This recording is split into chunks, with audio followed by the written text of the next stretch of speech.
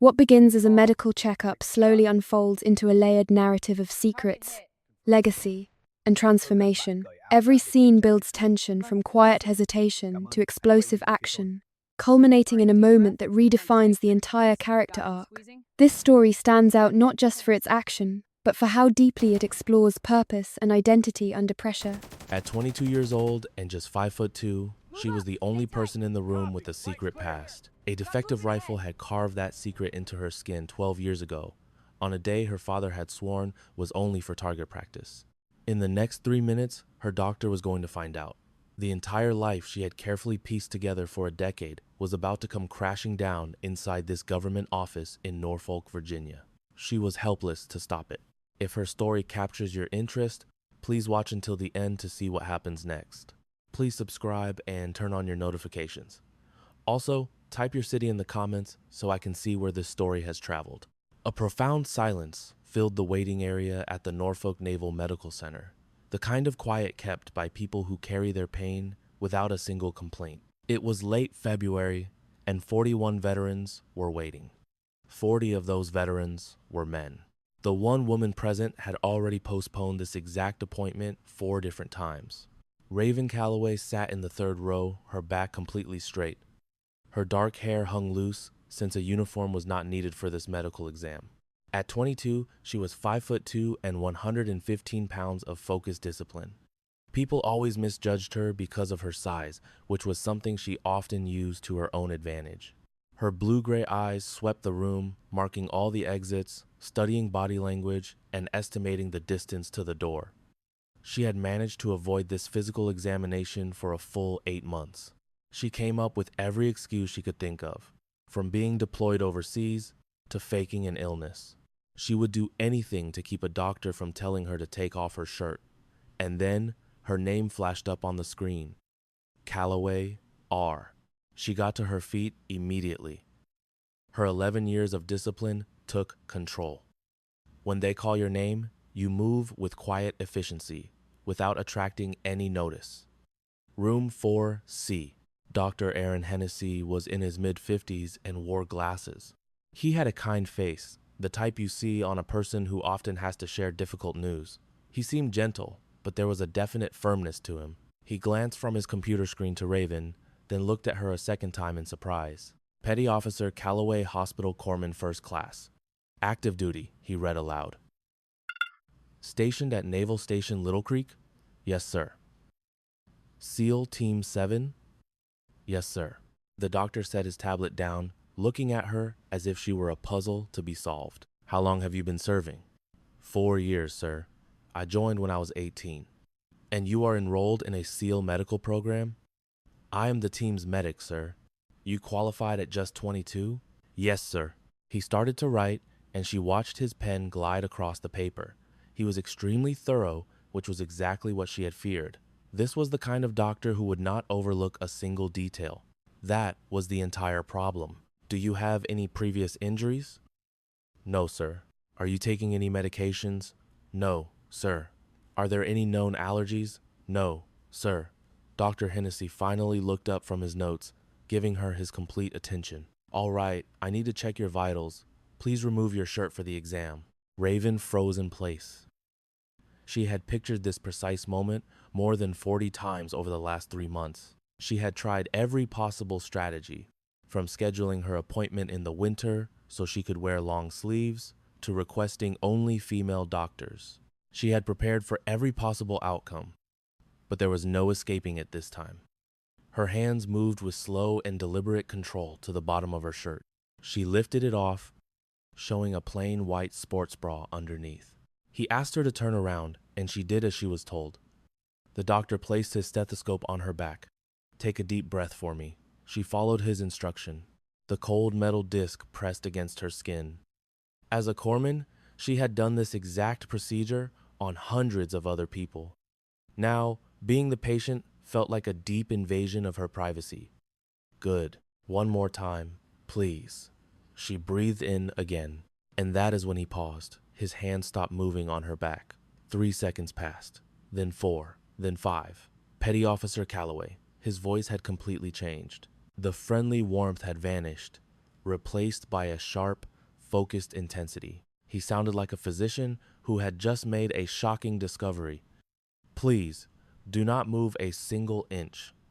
She did exactly as he commanded. This marking here, his fingers floated just above her skin, analyzing it without making contact. The entry wound is on your left shoulder blade. The exit is here in the front, just to the right of your breastbone. He paused for a moment. This is a bullet wound. Raven did not say a word, and it came from a very high-powered rifle. He sounded completely certain now, like a man who could read the history written on a person's body. The size of this injury, the path that it traveled, the surgical scarring, he walked around to stand in front of her. He looked at the wound, not with any judgment, but with an intense and professional curiosity. Petty officer, you are going to have to tell me how a Navy corpsman ends up getting shot completely through the torso. Just as she was about to answer, the door was thrown open. Vice Admiral Marcus Holt strode in, and the entire feeling of the room shifted. He was 64 years old, stood 6'3", and had silver hair cut in a crisp military style. He wore 2 stars on his uniform, but it was his powerful presence that you noticed first. This was a man who had been leading special forces for 4 decades. He was only there for a routine inspection of the medical center's health program. It was a standard visit. He had been in the building for less than 20 minutes, but his eyes went directly to her scar.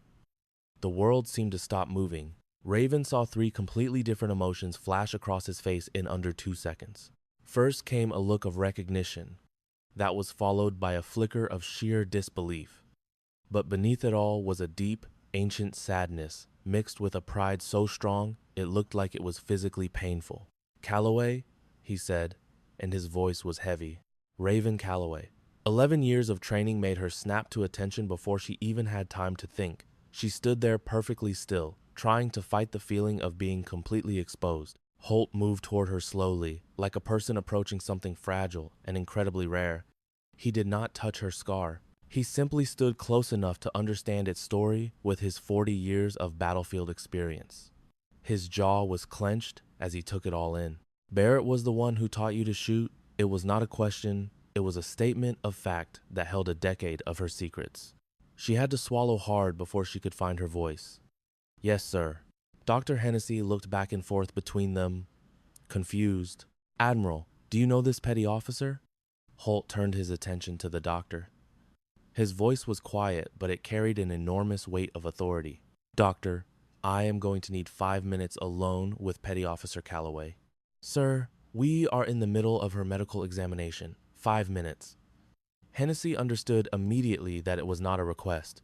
He left the room without speaking another word. The door clicked shut, leaving behind a silence that felt like a memorial service from 12 years ago. Holt looked at her for a long moment. When he finally spoke, his voice was much gentler. "Barrett Calloway, Master Gunnery Sergeant, 1st Recon Battalion." He paused. 91 confirmed hits over the course of 4 deployments. He was the greatest marksman I have ever seen, and he was the best friend I ever had. "You are the one who gave my mother the flag," Raven said, her voice surprisingly steady. "At Arlington National Cemetery, 10 years ago. I was 12 years old, and my arm was in a sling." "I remember," Holt said, his eyes meeting hers. "That accident happened 4 months before he died. A practice day at your home. The rifle malfunctioned. A piece of the gun shot through your shoulder. I was lucky I did not lose my arm." Barrett blamed himself completely. He told me he should have checked the barrel more carefully, that he should have noticed the weakness in the steel. Holt's jaw was tight with anger. "He also told me you made a promise to your mother that you would never touch a firearm again." Raven's posture became even more rigid. For 10 years, that promise had felt like a dangerous piece of metal lodged deep inside her. If he felt so guilty, she asked, and her voice was sharper than she intended, then why did he deploy again?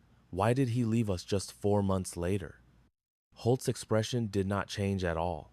"Because soldiers like your father never learn how to stop," he replied. "We convince ourselves that we are the only ones who can do the job, that our skills are too important to sit on a shelf. We tell ourselves that by leaving, we are actually keeping our families safer." He paused, and in that single moment, He looked 10 years older.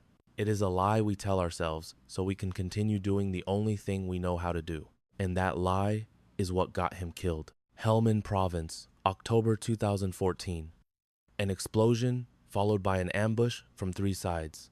He was providing cover for a Marine patrol.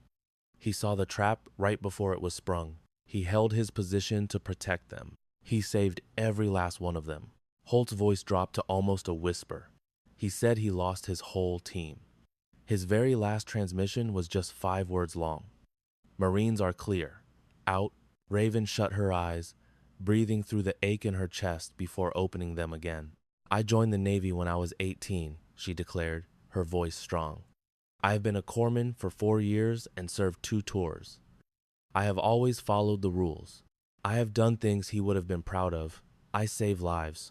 I have kept the promise I made to my mother. She looked directly into Holt's eyes. And absolutely no one knows that I can shoot. Nobody at all, sir. Until this very moment. Holt studied her as if she were a new battle plan. Until now, he finally agreed. He paused for a long time before he spoke again. I have one question for you, and I want you to think very hard before you answer it. She waited in silence. What happens if your team needs the real you, not just the medic? What if they need the sharpshooter your father spent 6 years training, the girl who can read the wind at 1,000 meters better than men with a decade of experience? Model.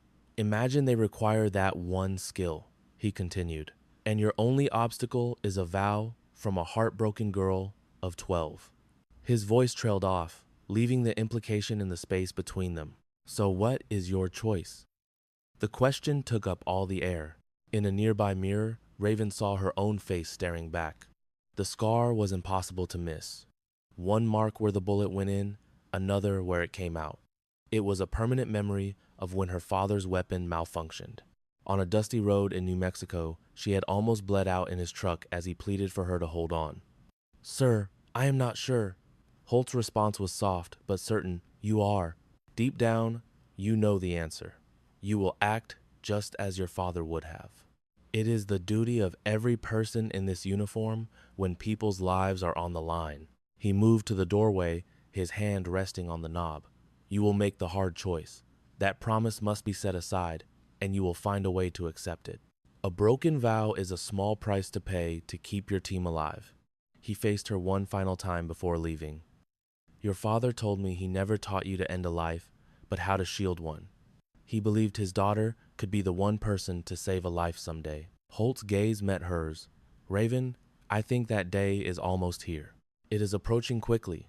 When it comes, you cannot afford to waver. He would have wanted you to be strong, Holt added, pausing at the doorway. Sir, she began, thank you for being at Arlington. It meant everything. He was my brother, Holt replied, which makes us family. If you need help, you call me. Is that clear? Yes, sir. Crystal clear. In an instant, he was gone. Hennessy returned moments later, his expression unreadable once more. The doctor completed his assessment, never mentioning the scar. He pronounced her ready for service and gave her documents for an appointment she had no intention of keeping. Raven dressed in silence, secured her uniform, and checked her reflection one last time.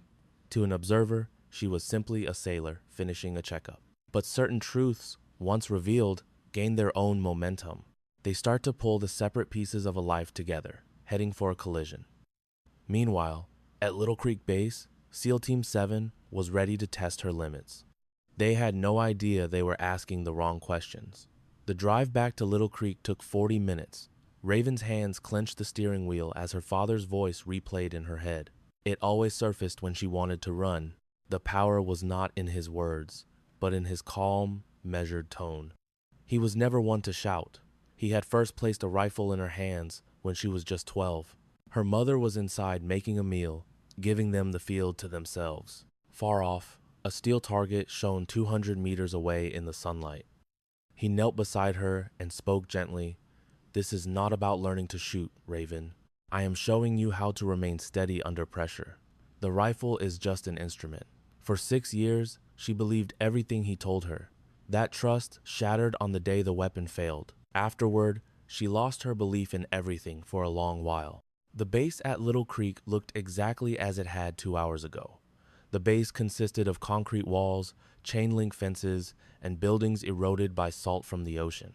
Raven parked the car, but waited a moment before exiting. She stepped out and went inside, acting as if it were any other day.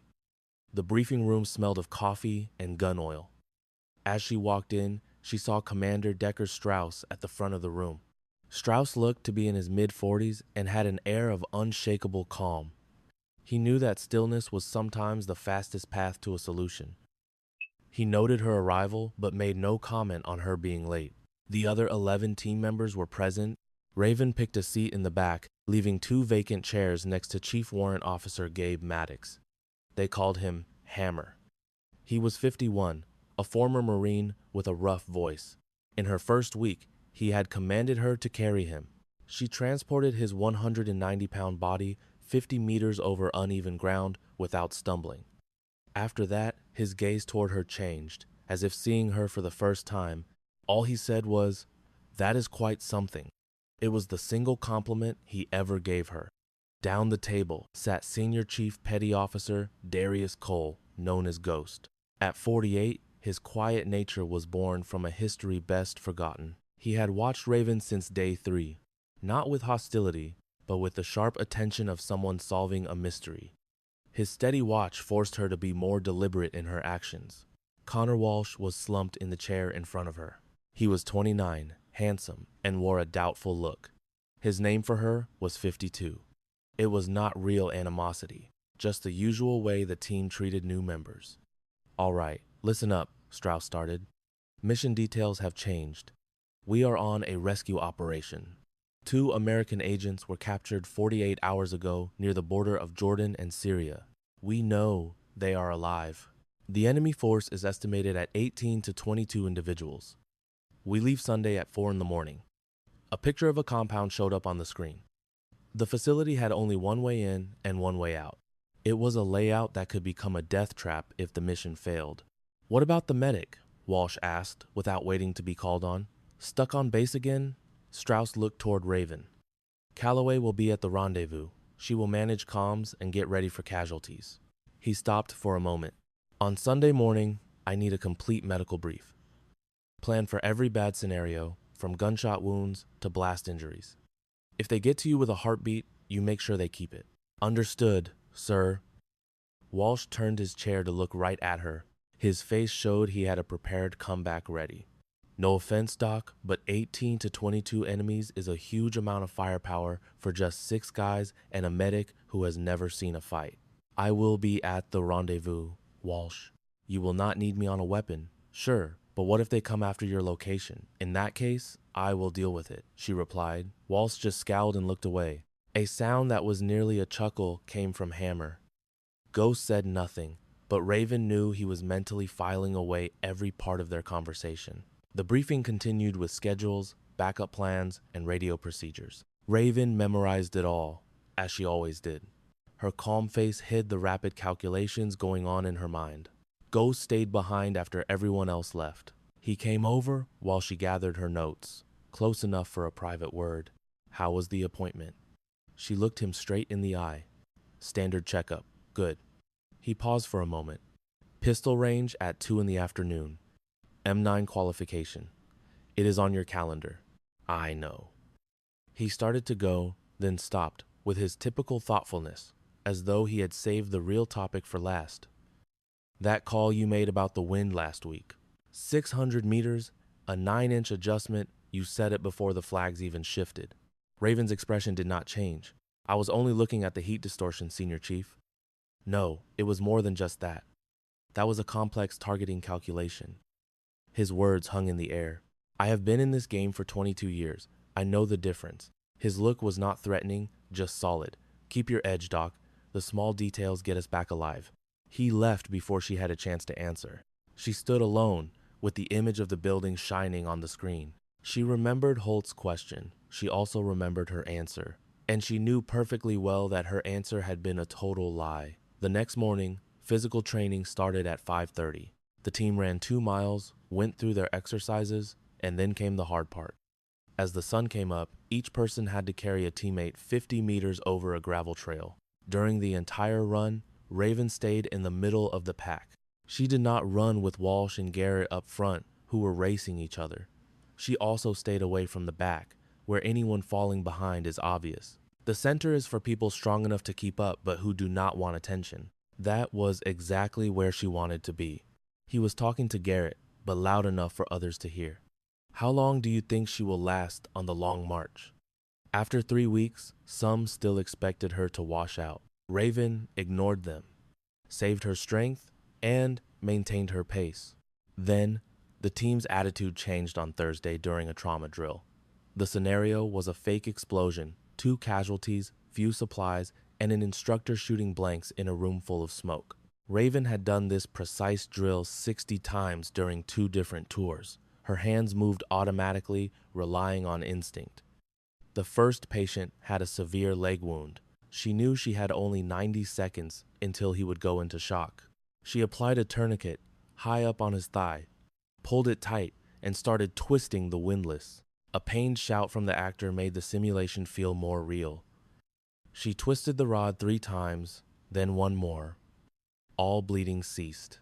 A quick look at her watch revealed only 16 seconds had gone by, well under the 30-second target time. The other man's lung had collapsed. She found the exact point on his chest, pushed the needle in, and heard the rush of air being released. Then she set up an IV for pain medication. She moved with purpose through the simulated chaos and thick, blinding smoke. When the exercise ended, Hammer glanced at his stopwatch. He looked from the timer to her, then back to the timer. For 15 years, I have never seen a new medic perform with that kind of precision, he stated. It was a simple observation, not praise. Across the training grounds, Strauss silently agreed with a nod. Calloway is definitely capable. But Walsh, leaning against a barrier, pushed off to disagree. Medical ability is just the starting point. We also need warriors. Raven took in his words without emotion, as if absorbing new data. This was the challenge every new member faced. Can you defend yourself when things go wrong? The question was fair. She also understood that talking would not prove anything. The Friday mission briefing contained a critical update. Enemy numbers were now estimated at 22 to 28. One was a skilled sniper from a special forces background. Walsh's eyes locked onto Raven as Strauss gave the news. He remained silent. His challenging look said everything. Later, Ghost found her in the medical bay performing her 3rd gear check. He stopped, noticing the focused way her hands moved inside the pack. Every bandage, gauze, roll, and intravenous line was placed perfectly, ready to be found by feel in absolute darkness. You have been in the field before, he said, making a statement. 2 deployments, Senior Chief, she confirmed. I am not talking about your inventory, he clarified. I am talking about your preparation. He watched her hands work. You are packing for a situation with no light, no time, and no room for error. He paused. They do not show you that in basic training. That kind of focus comes from hard-won experience. She kept arranging her equipment. Our convoy was struck by an explosive device in Mosul in 2022. We lost 2 vehicles and had 4 casualties in the dark. Just 14 seconds passed from the explosion to our first loss. Her gaze never left her task. That kind of event teaches you to be perfect.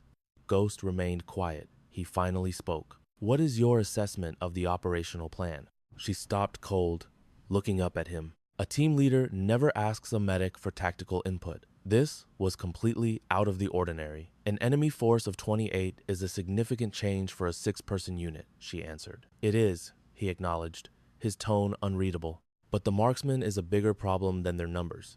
Stone cannot guarantee a perfect shot every time. Ghost did not move a muscle. Stone is our sniper.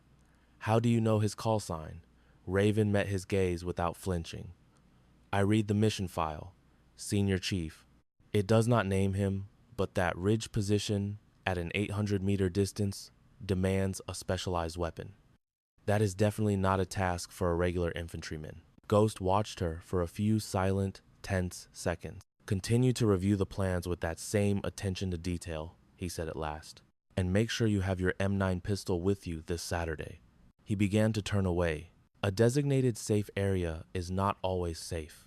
As he departed, Raven was certain that Ghost knew she was holding something back. He could not know the specifics, but he recognized the patterns. She held a secret that shaped every action she took.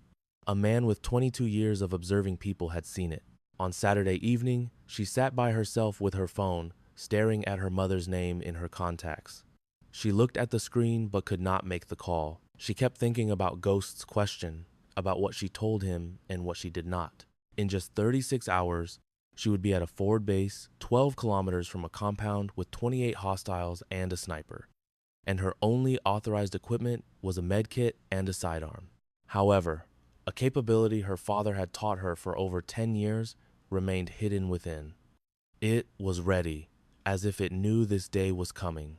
The C-17 aircraft landed on an airstrip in southern Jordan at 2:30 in the morning. A wave of oppressive heat rushed into the plane before the ramp had finished lowering. It was not a gentle heat. It was a harsh, suffocating heat that seemed to pull the oxygen from your lungs. Raven stepped onto the tarmac with 58 pounds of medical gear, and the intense heat felt like a physical blow. The team began their work with the practiced ease of people who had done this 100 times.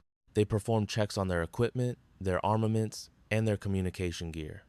Raven went through her medical bag for the 4th time, confirming that each piece of gear was in its assigned spot. This discipline was essential, because when you only have 14 seconds in total chaos, your hands have to find the correct tool automatically.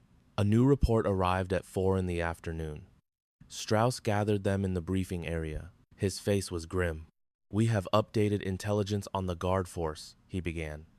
"We are facing between 22 and 28 foreign combatants. One is a former sniper from an Eastern European Special Operations unit." He made eye contact with every team member. "The mission is still a go. A new strategy will cause delays our clients cannot afford," Walsh insisted. He looked at Raven, his expression now colder than simple doubt. The team left at 7 o'clock that evening, 7 operators and a medic who was ordered to stay behind. They melted into the twilight, leaving Raven with 2 drivers, a radio, and the heavy burden of waiting. At 8:50 that night, Petty Officer Eli Drummond stumbled near a truck. Raven's head snapped up before he even hit the ground. She had been observing him for the last 40 minutes with rising alarm. His steps were clumsy, and a strange flush had been creeping across his face since 6 o'clock. She was at his side in 4 strides, her hands already checking him as her mind confirmed what she suspected. His skin was dangerously hot and completely free of moisture. His face was a deep, blotchy red. His pulse was rapid and faint. "Drummond, on the ground right now," she commanded. "I am fine, Doc. Just need a minute." "Sit down, now," she repeated, her tone leaving no room for argument. She assessed his temperature, pupils, and awareness. This was heat stroke, a far greater threat than dehydration. This was the lethal version, the kind that shuts down organs and causes brain damage without immediate intervention. She glanced over her shoulder. "Hammer, I need you here." Hammer rushed over, his eyes wide at her urgency. "What is going on?" "It is heat stroke. His internal temperature is probably over 105 degrees. We have to cool him and get him hydrated immediately." She was already opening her kit. "Radio Commander Strauss, we must postpone our move until Drummond's condition improves." Hammer stared from the sick man to Raven. "He looked perfectly fine 20 minutes ago." "It happens that fast," she replied. "He is no longer sweating, Chief. That is a critical warning sign. We have perhaps 10 minutes before seizures can begin." She expertly slid an 18-gauge needle into his arm. "We have 10 minutes at most. Contact Strauss this second." Hammer ran to the radio set. Walsh emerged from behind a vehicle holding water bottles, having already figured out what she required. "Tell me what you need. Get these cloths wet. We will swap them out every 2 minutes. We must bring his core temperature down gradually." She carefully managed the flow from the intravenous bag. Too much fluid too quickly would cause more harm. Walsh knelt beside Drummond and did exactly as she instructed, without a single question. That was new. She registered the change, but stayed focused on her patient. Strauss authorized the delay without hesitation. They were granted 30 minutes. Drummond would remain at the base with Raven. In 28 minutes, Drummond was conscious and sipping water on his own. The natural color was already coming back to his face. He looked at Raven like a man who knew he had just dodged a bullet he had not even seen. "How did you realize something was wrong so quickly?" "I noticed a change in you," she said simply. "Your walk, the color of your skin. You had stopped sweating, which is a major red flag in this heat." She took his pulse one more time. "I have been watching you since 6 o'clock. I honestly did not feel that sick," he admitted.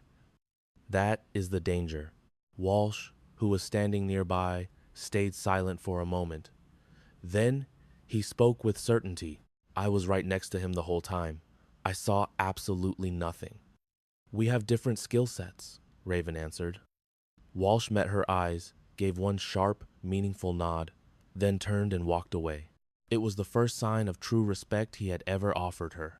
The team departed at 7:30 that evening. Raven saw them off before taking her place by the radio.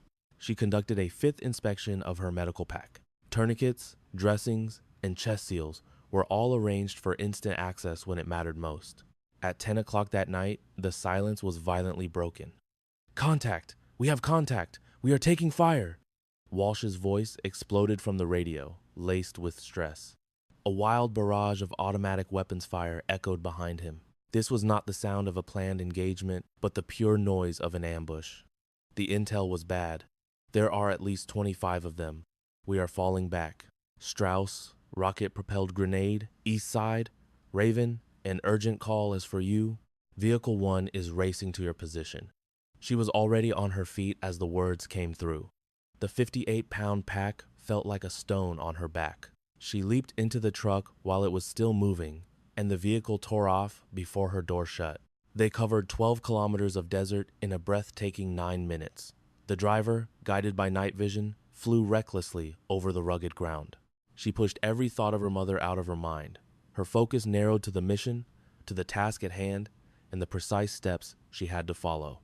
Inside the dark, jolting truck, her hands moved on their own. Rechecking gear, she had already confirmed 5 times. The truck screeched to a sudden halt. She was already out the door before the truck completely stopped. She covered the last kilometer on foot with her heavy gear, the crackle of gunfire pulling her forward. Flashes from rifles lit the dark, a deadly dance between American M4s and enemy weapons. She found her team taking cover behind a low wall of rocks. Walsh was hurt very badly. Dark stains were quickly growing high on his right leg. It was his femoral artery. He had only 90 seconds until shock would take over, and just 2 minutes until he was gone forever. She slid onto the dirt next to him. Bullets whizzed right over their heads. She did not hear them as danger, but as data about the battlefield. "Walsh, you need to look at me." He turned his head, his eyes filled with fear and already starting to fade. "Doc," he whispered, "I cannot feel my leg. You are losing a lot of blood. I am going to stop it now. Just keep your eyes on me." She reached for the tourniquet. Her hands moved with a speed born from years of training, with no need for conscious thought. High on his thigh, she looped it once. She passed the strap through the buckle and took hold of the rod. Then she began to twist. Walsh cried out from the intense pain. She continued to twist, one complete turn, then a second one, then a third. The bleeding slowed to a trickle and then stopped. 4 complete turns. She locked the rod in place. The whole thing took just 17 seconds. She immediately began to set up an intravenous drip. "You are stable. You are going to live. Pain this sharp is how you know you are alive. Now just stay with me." Strauss dropped down beside her, breathing hard, his face smeared with sweat and dirt. "We need to go right now. They are moving around our western side. Can he walk? No, we will have to carry him. Can you move while we do?" A small flash of light appeared from a rooftop to the north. It was 260 meters away, and from a higher elevation. Raven saw the telltale flash a split second before the rifle's report arrived. In that tiny fragment of time, she knew precisely what was coming. It was that expert shooter from Eastern Europe, the one from the new intelligence reports. He was a true professional. He had waited patiently through the whole firefight, searching for the most valuable target. He had chosen Strauss.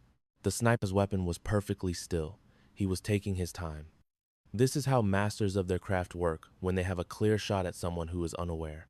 They take all the time they need to line up the perfect shot. Strauss was bent over Walsh, completely exposed. He was 4 seconds away from a bullet that would remove the team's leader from the fight. Walsh's M4 rifle lay just 2 feet from Raven's knee. It had a scope, a full magazine, and the safety was off. Then she felt her father's voice. This was not a memory, but something deeper, more instinctual. It was a feeling that lived in her hands, her shoulders, and in the quiet calm of a held breath. When the moment comes, you do not think, you simply act. Hesitation is what gets soldiers killed. Then she heard her mother's voice on a frigid November day at Arlington.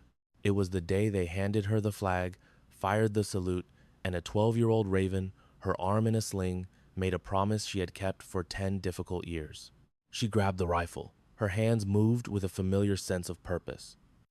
10 years had not been enough to wash away the 6 years of training her father had carefully burned into her. She checked the chamber. A round was ready. She looked through the scope. She judged the distance. She felt the wind. It was a light breeze from the northwest at 260 meters. The target was high up. The bullet would barely drop at that range.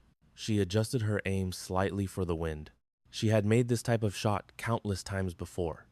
She had made even more difficult shots on tougher days, with her father coaching her in the windy deserts of New Mexico. She raised the rifle to her shoulder, and it felt as if it had been waiting there for her for the last 10 years. Ghost's voice was quiet but urgent. "Doc, what are you doing with that? I can make that shot." Strauss turned his head to face her. His eyes widened with shock. Calloway. She squeezed the trigger with a slow, steady pull, just as Barrett Calloway had taught his daughter on a shooting range when she was only 10 years old. That was a time when the world was simple, and it was easy to believe that shooting was just a lesson in staying calm under pressure. The rifle fired with a loud crack. The bullet traveled for 1.8 seconds. The sniper on the roof was thrown backward and disappeared from her sight. The silence that came next lasted only 3 seconds before the chaos of gunfire erupted again. But in that small area behind the wall, it felt like time had stopped. Walsh stared up at her from the ground. Ghost was completely still. Strauss had not even moved a muscle. Raven set the rifle down and went back to Walsh's side. She checked his tourniquet. It was secure. She checked his pulse. It was 108 and steady. She adjusted his intravenous line, not meeting anyone's gaze. "Walsh is stable," she said. "The tourniquet is holding. He needs to be evacuated, but he is not in any immediate danger." Strauss was still looking at her. Calloway. His voice was softer than she had ever heard it. "That was a shot from 260 meters. "Yes, sir." "He was a moving target, and you were taking enemy fire." "Yes, sir." "And you hit him on your first try." She said nothing. "Where?" Strauss asked with great care. "Did you learn to shoot a rifle like that?" Raven looked directly at him. This was the secret she had kept for a decade, through 2 tours of duty and endless training exercises, where she silently calculated wind speeds while pretending to look at range flags. Through every mission briefing where she figured out bullet trajectories before the officers finished speaking. Through every single moment her father's training tried to surface, and she had to push it back down. "It was my father, sir." "Your father?" Hammer came closer from the left, his voice a whisper. "Who is your father, Doc?" Just 3 seconds. "Master Gunnery Sergeant Barrett Calloway, 1st Recon, Marine Corps Scout Sniper."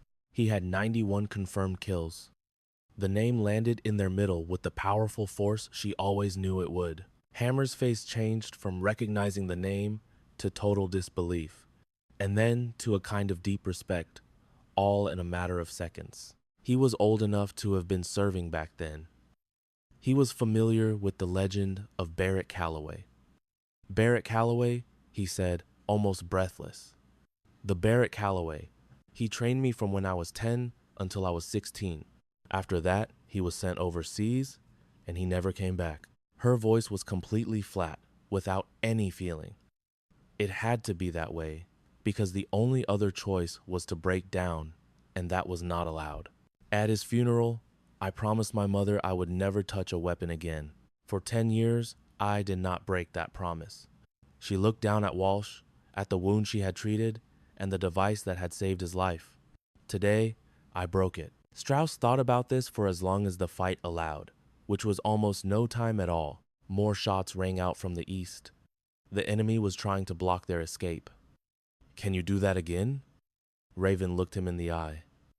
Yes, sir. Right now, on the move. To cover our retreat. Yes, sir. Then take that rifle. Strauss began giving orders. Stone. Ghost. We are carrying Walsh out on a stretcher. Calloway, you are on rear guard with me. We are leaving in 30 seconds. Ghost just stared at Raven. He looked like a man who had been trying to solve a puzzle for weeks and finally saw the answer. He said nothing. He simply grabbed his end of Walsh's stretcher. They started to move. It was a planned retreat under heavy fire. They moved backward with speed and purpose, surrounded by noise. Raven and Strauss protected the rear, their rifles ready, their eyes scanning the dark. At 170 meters, a squad of 8 soldiers emerged from some ruins to the east, trying to corner them. It was a classic flanking move, done by well-trained soldiers. Raven saw them first. Contact right, 8 enemies 170 meters. She started firing in short, controlled bursts, exactly as her father had taught her, until it was like breathing. The first enemy soldier fell, then a second, and then a third. The entire action took only 4 seconds. The remaining 5 soldiers dove for cover. Their escape route was clear. Strauss shot a quick look at her as they kept running. He said nothing at all. There was nothing that needed to be said that her rifle had not already proven. They reached the vehicles. Walsh was loaded inside. The medical helicopter was on its way. They had 9 minutes. 9 minutes to hold their ground with 1 wounded man. The mission had failed, and 2 contractors were missing. A 22-year-old medic held a rifle she swore on her father's grave never to touch again. From the vehicle, Walsh reached out, his weak hand grabbing her wrist. His eyes were sharp. Doc, you are okay, Walsh. Just do not move. I know. He met her gaze. I am sorry for calling you 52. Raven stopped and simply looked at him. Get some sleep. You have lost a lot of blood. I really mean it. I know. She gave his tourniquet a final check. Rest now. The helicopter landed hard, throwing up a dust cloud that blinded them. The crew chief signaled they were good. Walsh's helicopter rose into the night. It vanished before the dust from its landing could even settle. A deep silence fell over the team after the fight. It was the quiet that follows pure adrenaline when reality begins to sink in. Raven sat with the rifle on her lap, hands steady, hearing her father's calm voice in her mind. Like always. Ghost approached and sat near her, giving her room. He glanced at the rooftop where the sniper had been, then looked at Raven. Your first time in a gunfight, he said quietly. 260 meters. A moving target. While taking fire, and you hit him with 1 shot. Yes, Senior Chief. I had a clean shot. Ghost's tone was neutral, just stating the facts. I had my own finger on the trigger the same instant you fired. He paused. I met your father once. At Pendleton, back in 2013, in a joint exercise. In my 22 years, he was the best natural shot I ever saw. He paused again. He talked about his daughter. Said you had the steadiest hands he had ever seen on a kid. Told me you picked up the math faster than men with 10 years of experience. He stopped again. He was unbelievably proud of you. A lump formed in Raven's throat that she had to force down. He told me you picked a different path, Ghost continued, that you chose to heal people instead of fighting them. He said he got it. He told me he prayed that your choice would keep you out of harm's way. It had not. It did not keep him safe, either, Raven said. Ghost nodded slowly. He did not offer empty words of comfort, but let the truth hang there. Your father would have approved of what you did tonight, he told her. He would have done more than approve. He would have demanded it. You did what he trained you to do. You protected your team. Raven glanced at the rifle in her lap. Her dad gave it to her at age 10, saying it was about staying calm when things got hard. This rifle was a part of a life she promised to leave behind. She had fought for 10 years to keep that promise. Tonight, That same rifle, with new blood on the ground, had saved Strauss's life. "I know," she whispered, and she knew it was true. That was the hardest truth to face. Breaking her promise was not the difficult part.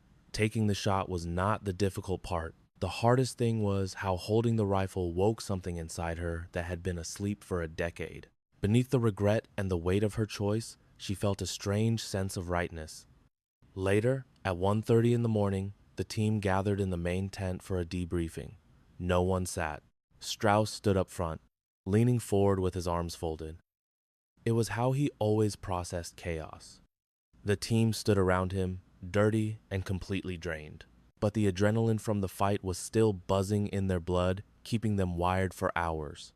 Their bodies had not yet accepted that the danger was over. Raven stood near the back of the tent. The rifle was now put away with Walsh's gear. She had already cleaned her hands. Her expression was neutral.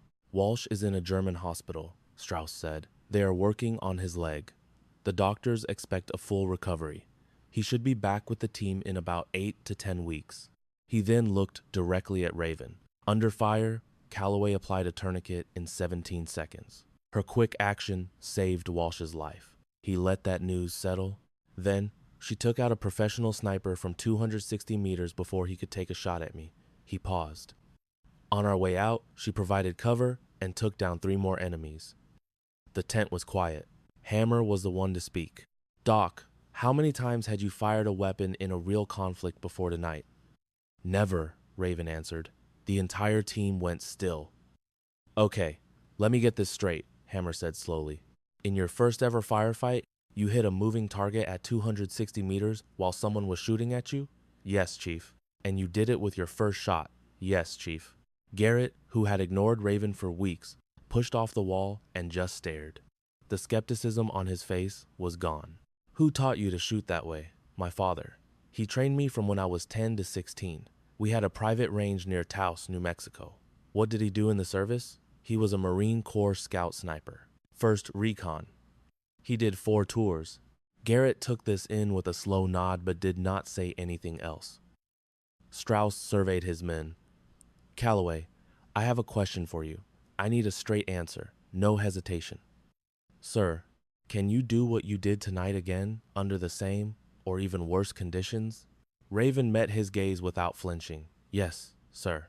Her response was instant and sure. Strauss unfolded his arms. "All right.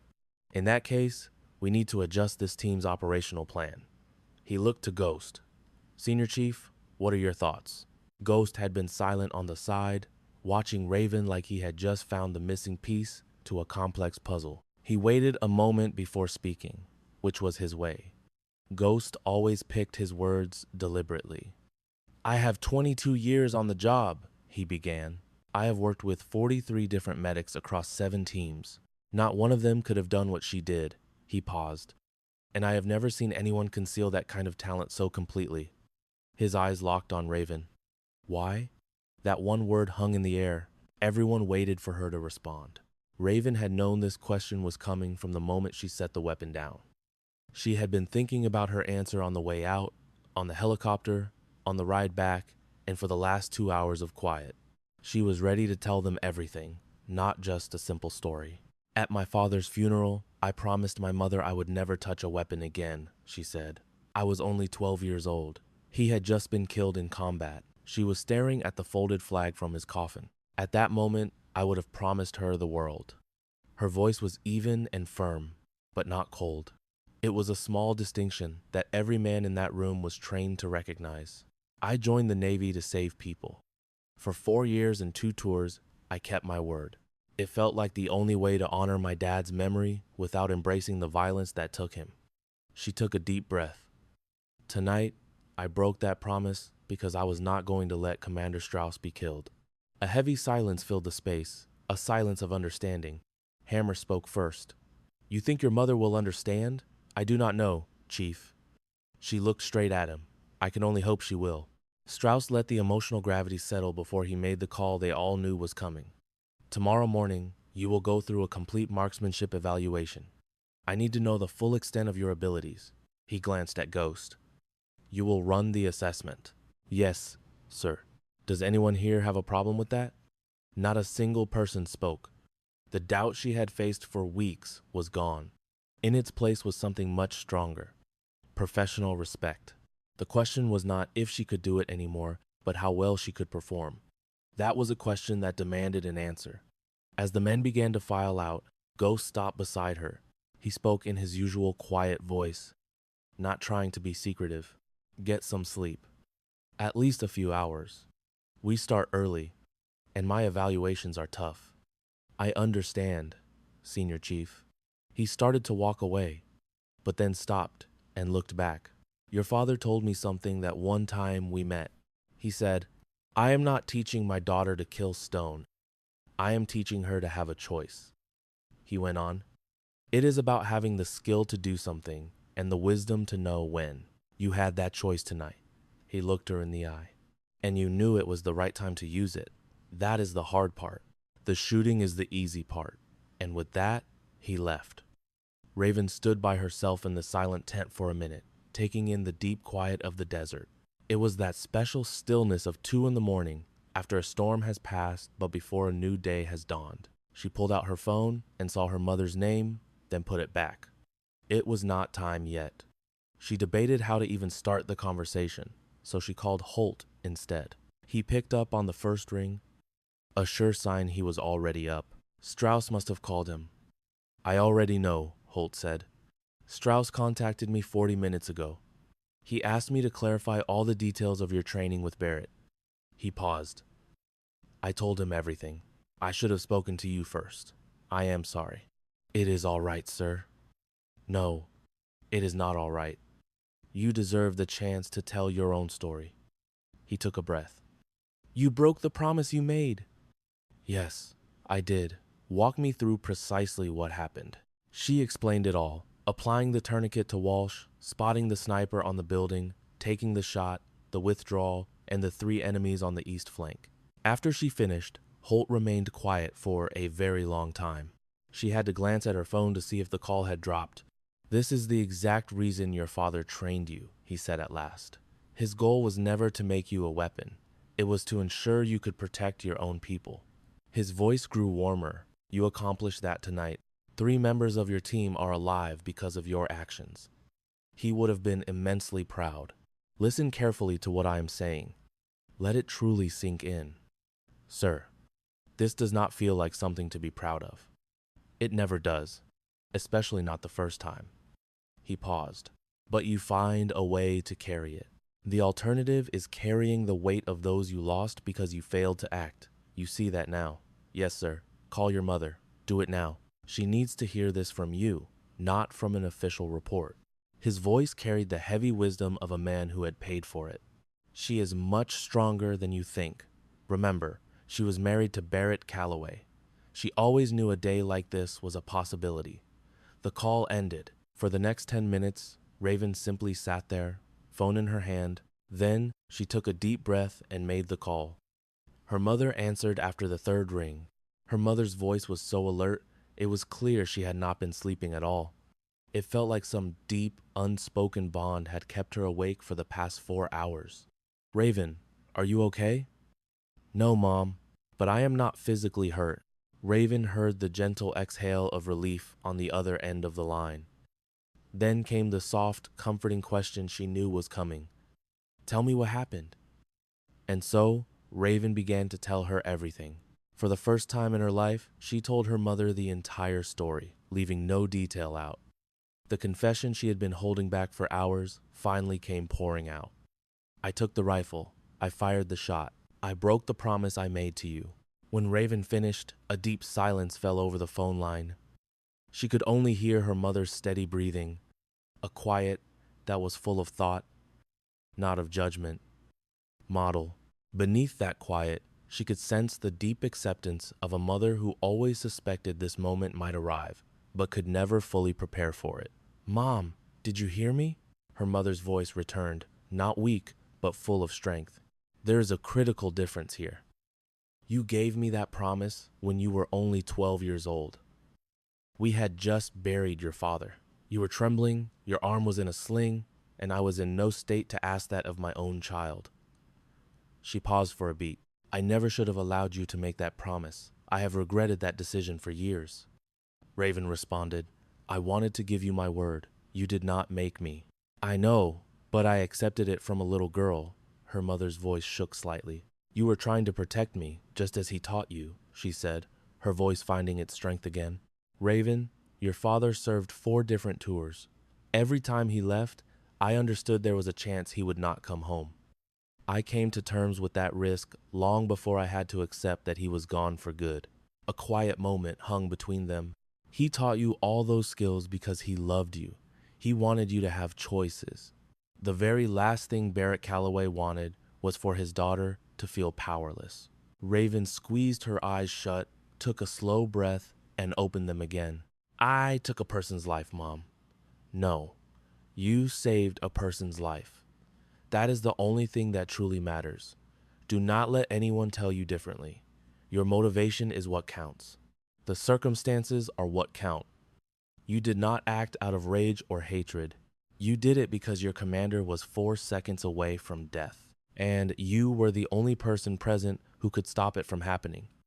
Her mother's voice was now firm, filled with the conviction of someone who had rehearsed this speech for a decade. Your father confronted that same decision during 4 deployments. He returned from 3 of them.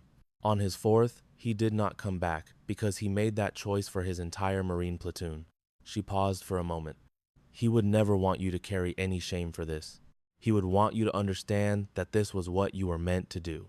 The tears began to fall then, silent and sudden, the kind of tears that take you by surprise. Raven did not try to hold them back. She was alone on a military base in Jordan at 2 o'clock in the morning, with no one there to be strong for.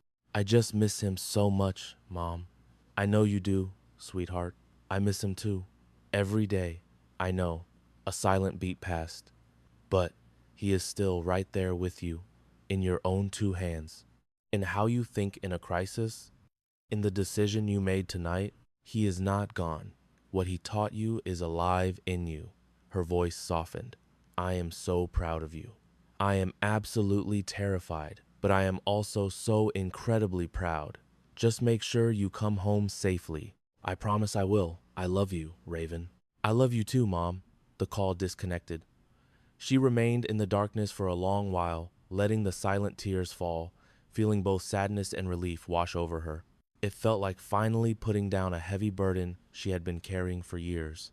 She had held that burden for a decade, a part of her life she had always kept hidden away. She let out a quiet laugh. For 10 years she kept a promise made from love, honored out of love, and now, at last, broken out of love. After a while, she rinsed her face, drank some water, and went to check on Drummond, who was in stable condition and recovering well. She then laid down on her cot, staring at the canvas above, listening to the faint noises of the desert. Tomorrow, Ghost was going to test her skills. Tomorrow, the team would see what Barrett Calloway had spent 6 years creating in his daughter. Tomorrow, she would finally stop hiding her true abilities. No more pretending it was just a lucky shot or a guess about the desert heat.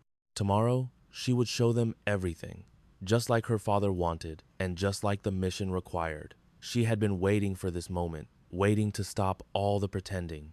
She fell asleep before 3 o'clock in the morning. For the first time in 3 weeks, her sleep was deep and undisturbed. Ghost conducted the test with his usual style. No fanfare and only one chance to prove herself. The team met at 8 o'clock in the morning. Targets had been set up at 600, 800, and 1,000 meters.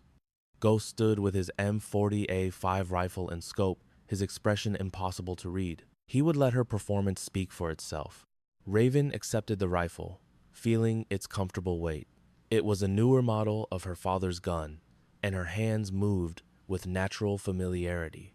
600, Ghost ordered. The wind is moving at about 5 miles per hour from the west. Show us. She dropped to the ground, deployed the bipod, and settled her cheek against the rifle stock. She made the necessary mental calculations faster than most people could find a steady aim. She factored in the wind, the bullet drop, and made her corrections. She drew a breath, held it, released half, found the calm space between her own heartbeats, and gently squeezed the trigger. Ghost watched through his scope, center mass. Hammer, who stood behind her, said nothing. but she could sense him reevaluating everything he thought he knew. 800. She adjusted, recalculated, focused, and fired. The entire process took only 17 seconds. Upper chest, Ghost announced. That was faster than I expected. 800 meters is a familiar range for me, Raven said calmly. Garrett let out what sounded like a short laugh, and nobody corrected him. 1,000, Ghost said. Take your time on this shot. She did not hurry. At 1,000 meters, pure skill is not always enough. This was where her father had shown her a secret that was not in any field guide.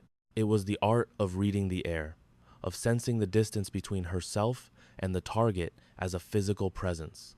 She watched the heat shimmer, felt the subtle shifts in the breeze, calculated the bullet's flight path, adjusted her aim, became completely still, and fired. 2 very long seconds passed. Ghost remained quiet for 5 more, and then he finally spoke. Dead center. Behind her, Hammer exhaled a long, slow breath. It was the sound of a man witnessing something he previously thought was impossible. Strauss walked over, his voice even, but his eyes were wide with surprise. Calloway, give me a straight answer. What is your true maximum effective range? 1,400 meters, sir. I have hit targets at that distance many times under the right conditions. Strauss glanced at Ghost. Ghost just stared at the faraway target. When he finally looked at the rest of the team, he had the most stunned expression she had ever seen him wear. Most of our best people top out between 900 and 1,100, Ghost said. 1,400 is far beyond our operational needs. He paused.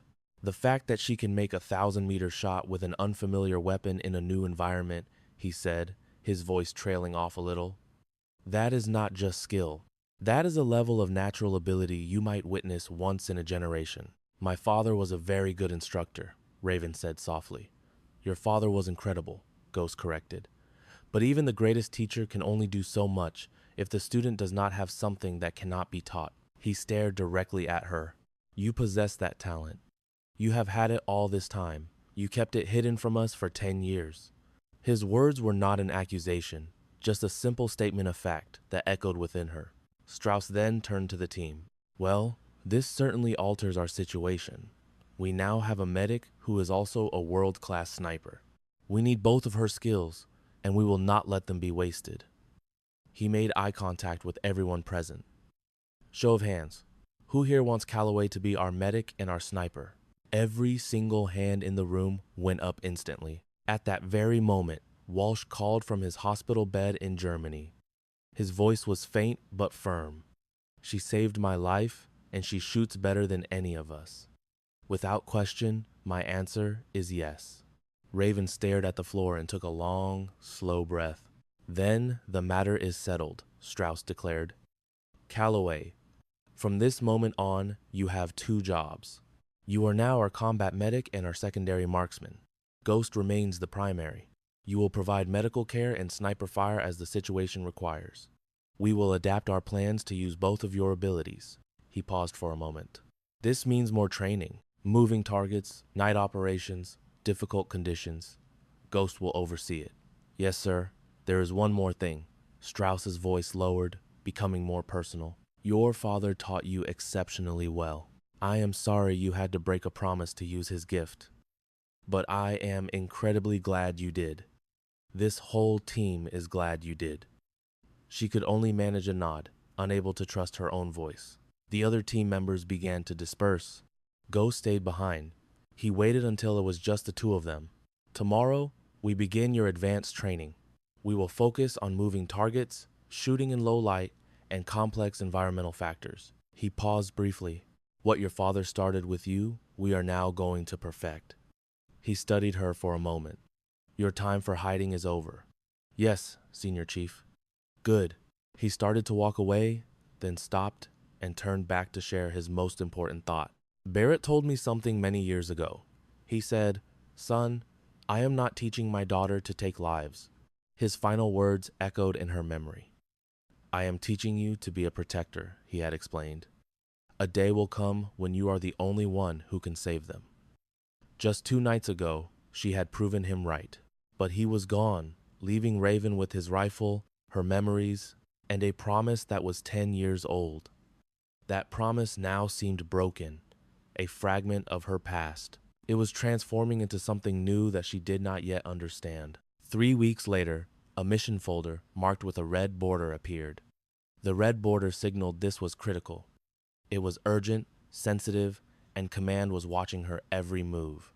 An American journalist named Thomas Wakefield was being held hostage. He was captured near the Turkish border while covering the refugee crisis. The militia that held him had ties to foreign fighters. Intelligence suggested he would be executed in 48 hours, with a video released to the public. The clock was ticking. The mission was designed to be a quiet recovery before it hit the news.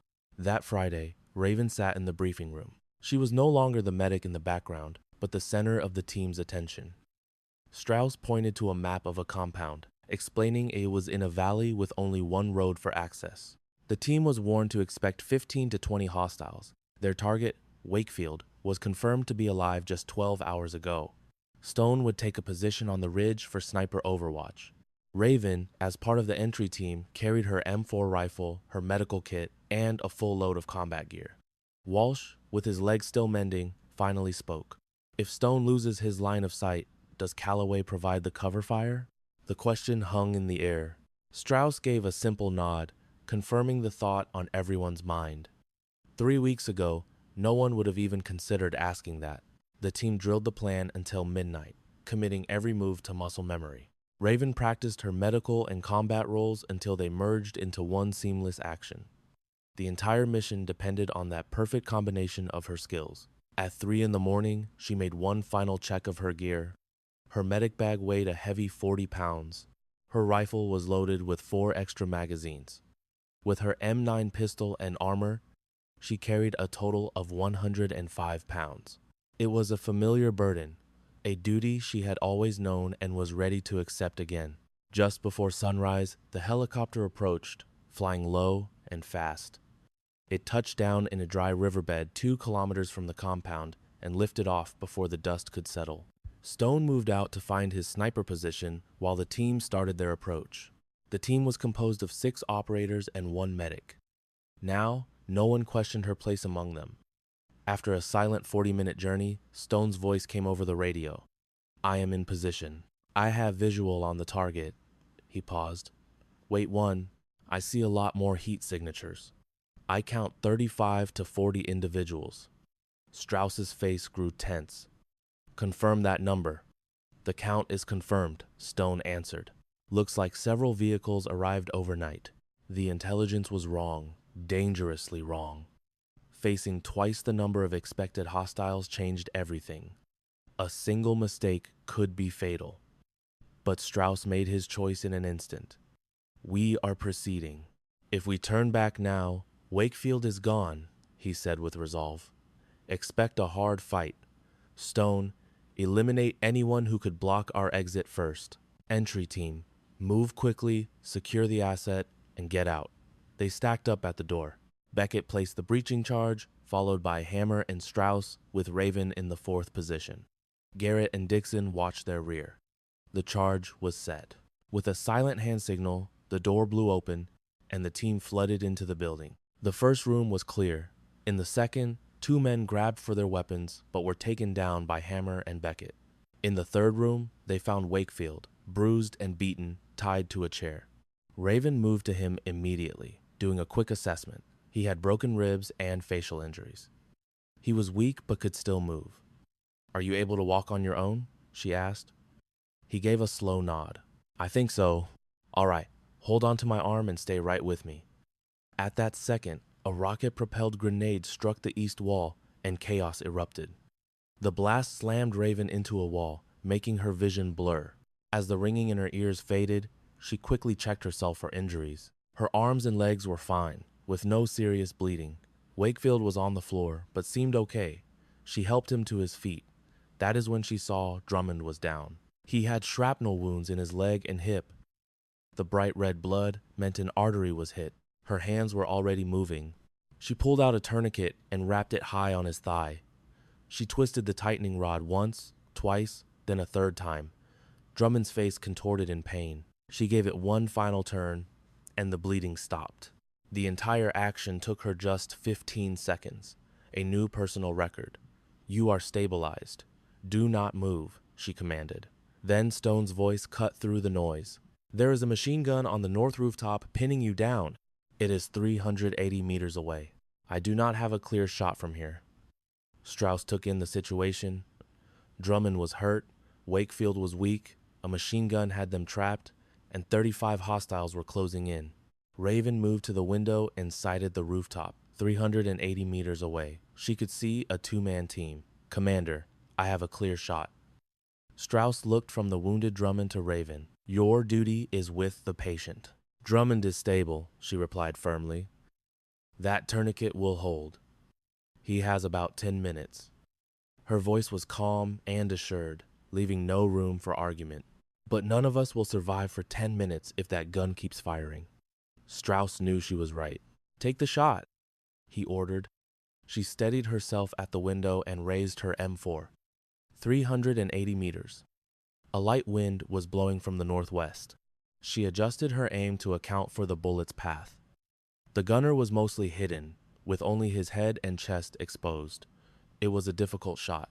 She held her breath, found the still moment between heartbeats, and squeezed the trigger. The first man fell. A second man took his place, staying much lower, showing only his head. She slightly adjusted her aim and fired a second time. It was a perfect shot. The machine gun fell silent. "That was excellent shooting," Stone said over the radio. "Move to the extraction point now." The team began to move, carrying Drummond on a stretcher, while Garrett helped Wakefield. Raven and Strauss provided cover. Then Stone's voice came back, strained with pain. "I have been hit.